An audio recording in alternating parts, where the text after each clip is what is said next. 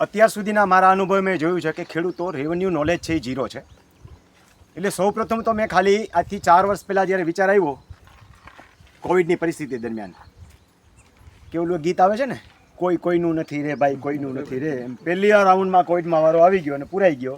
એટલે ત્યાં બેઠા બેઠા મેં એક ગ્રુપ બનાવેલું. એ અમારા થોરાડાની આજુબાજુના ભાઈઓનું હતું જ. એમાં થોડાક રેવન્યુના પ્રશ્નો ના માર્ગદર્શન આપણને એમને ઓડિયો મૂકવાનું ચાલુ કર્યા, એટલે એમથી પ્રશ્નો ચાલુ થયા. આનો જન્મ ત્યાંથી થયો.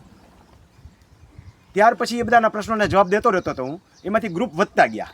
એક સમયે તો ખાલી 230 સભ્યો જોડાતા હતા, તો એ ગ્રુપ પૂરું થઈ જતું હતું. પણ પછી 1022 સભ્યોના ગ્રુપ શરૂ થયા વોટ્સઅપ દ્વારા થઈને. એવા 22 ગ્રુપો થયા. એમ કરતાં કરતાં વ્યાપ વધતો ગયો. પછી જુદા જુદા ગામોની અંદર જે છે, જ્યાં ખેડૂતો ભેગા થાય, આજુબાજુમાં શરૂઆત 25 માણસોથી કરી લઈ કે 50 માણસો ભેગા થાય તો ત્યાં જઈને માહિતી આપવાની. પછી ધીમે ધીમે દૂર દૂર સુધી જવાનું શરૂ થયું. ધોરાની અંદર 750 થાળી ઉપડેલી. હોલની અંદર 500 માણસ હતા. અને એમાં ખરેખર સમજવાવાળા તો 200 નહોતા. એમાં દુખિયારાજી પાછા જાજા હતા, જેને કાંઈ પર્સનલ પ્રશ્નો હોય એ અહીંયા કેમ હોય છે એમ.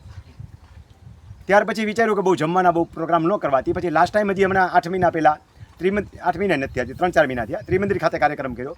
ઓલો જે મને ટીવીવાળાએ જે સન્માનિત કર્યો એ વખતે, તે દી 550 થાળી ઉપડી હતી. પણ ખરેખર સમજવાવાળા 100 જણા જ હતા. એટલે ત્યાર પછીથી નક્કી કર્યું છે કે ક્યાંય જમવાના પ્રોગ્રામવાળા કોઈને કહેવાના જ નહીં, કે ગામમાં ક્યાંય બોલાવો, જમવાના કાર્યક્રમ કરવાના થતા નથી. બહુ તો ચા પાણી નાસ્તો પાણીની વ્યવસ્થા રાખો એટલે ઘણું થઈ ગયું. એથી પછી હમણાં જે એવો જામજોધપુર સાહેબને એ ગોગનભાઈને ખબર છે, મારી સાથે પ્રવાસમાં ભેગા થાય. ભલે 100 વ્યક્તિઓ હોય પણ ખરેખર સમજવાવાળી વ્યક્તિઓ હોય છે. એટલે તમારા ગામની અંદર આજુબાજુમાં કોઈ પણ જગ્યાએ આવો કાર્યક્રમ કરવો હોય તો મિનિમમ 100 ખેડૂતો હોવા જોઈએ. તો ત્યાં આપણે 4 કલાકનો કાર્યક્રમ કરશું. એમાં ખેડૂતોને એના રેવન્યુ રેકર્ડ બાબતે આપણે જાગૃત કરશું કે તમારા રેવન્યુ રેકર્ડમાં કયા પ્રકારની ક્ષતિઓ હોઈ શકે, કેવા પ્રકારની તમારે કાળજી રાખવી જોઈએ, ફાઇલમાં કેટલા પ્રકારના કાગળ તૈયાર હોવા જોઈએ, અને રેવન્યુ રેકર્ડ તમારો વધારે વ્યવસ્થિત ચોખ્ખો બને અને ભવિષ્યમાં કદી તકલીફ ઊભી ન થાય એના માટે કેટલા ડોક્યુમેન્ટ્સ ક્યાંથી કઢાવવા જોઈએ અને સુધારો કરાવવાનો તો ક્યાં કરાવવો જોઈએ, એ બાબતનું આપણે એને માર્ગદર્શન આપીએ છીએ.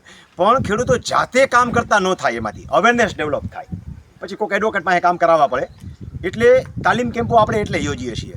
હવે તાલીમ કેમ્પ છે ને, ઘણાય મને એમ કહે કે સાહેબ અમારે ત્યાં તાલીમ કેમ્પ કરો. હવે રાજકોટ સિવાય ક્યાંય તાલીમ કેમ્પ કરવો શક્ય નથી.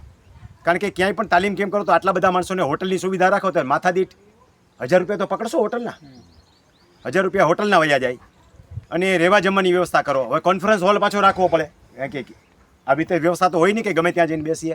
એના માટે ગાદલા ગોદલાની, ખુરશીઓની એવી આ બધી સગવડતાઓ કરવા જાઓ એટલે રાજકોટનો જ મેં ખાલી હિસાબ કાઢી લો તો 5000 વગર નહોતું પતું. બહાર જાઓ તો 6000 પણ થાય, કારણ કે આપણા બીજા ખર્ચા પણ એડ થાય. બીજું વોલેન્ટિયરની સર્વિસ ત્યાં ન મળી શકે. એટલે જે ક્વોલિટીની કેમ્પની ક્વોલિટી જાળવવી હોય ને એ ન જળવાય. જે સ્પીડ રાખવી હોય આપણે, કારણ કે આ જે ભાઈઓ વોલેન્ટિયર બેઠા છે ને એના કારણે જ આટલી બધી વસ્તુ હું તમને શીખવાડી શકું છું. નહીંતર આટલી બધી વસ્તુ શીખવાડી શકાય નહીં. એટલે તાલીમ કેમ્પ આપણે રાજકોટ સિવાય બહાર ક્યાંય કરતા નથી. હવે દૂર દૂરથી જે માણસો આવે તાલીમ કેમ્પ અહીંયા કરીએ છીએ. હું નેચરલી અહીં રહું તો અહીં કરું, સેન્ટરમાં અમદાવાદ રહેતો તો અમદાવાદ કરત.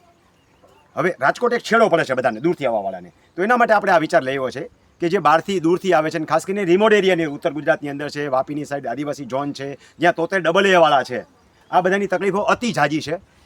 એને નહીં એના અધિકારીઓને એના એડવોકેટને ખબર નથી પડતી, કારણ કે જેવો માંસ હોય એમાં માંસમાંથી તૈયાર થયા હોય, પરિણામે એ એટલી બધી ક્ષતિઓ કરે છે. તો એ લોકો જ્યારે અહીં કંઈ શીખવા આવે તો આપણે એને 50% ફી ડિસ્કાઉન્ટ આપીશું, જે ખરેખર એને લાભ લેવા પાત્ર હશે એને. અને એમાં અતિ ગરીબ હશે તો આપણે એમને આવવા જવાના ટિકિટવાળા પણ આપીશું. એના માટે આપણે સભ્ય સંખ્યા 25%ની મર્યાદા રાખીશું કે 25%ની મર્યાદા કરતાં વધારે આપણે એને સમાવેશ કરી શકીએ નહીં. પછી એને બીજા તાલીમ કેમ્પમાં રજિસ્ટ્રેશન એડવાન્સ કરાવવું તો એડવાન્સ કરાવી શકે, અથવા જે તે સમયે કરાવી શકે. આ આપણો મુખ્ય હેતુ છે. અને આના માટે થઈ અને આજે આપણી પાસે મુખ્ય દાતાઓ જોઈએ તો વિજયભાઈ પટેલ છે, એમના જ એકલાના 11000 રૂપિયા છે. બાકીના ભાઈઓના 1000 અને 2000 એવી એમાઉન્ટ છે. એમ મળીને 23300 રૂપિયા આપણા જમા થાય છે. મને લાગે છે કે 2-3 તાલીમ કેમ્પ આપણા આમાંથી ટૂંકા થઈ જાય, કારણ કે આપણે એક મર્યાદા રાખવી છે. એટલે ખર્ચ પૂરતી જ વાત છે કે એમાંથી આરામથી દેવાઈ જશે. તો આપણે આપણી આ જે કંઈ યોજના છે એને વધારે આગળ સારી રીતે ધપાવી શકશું.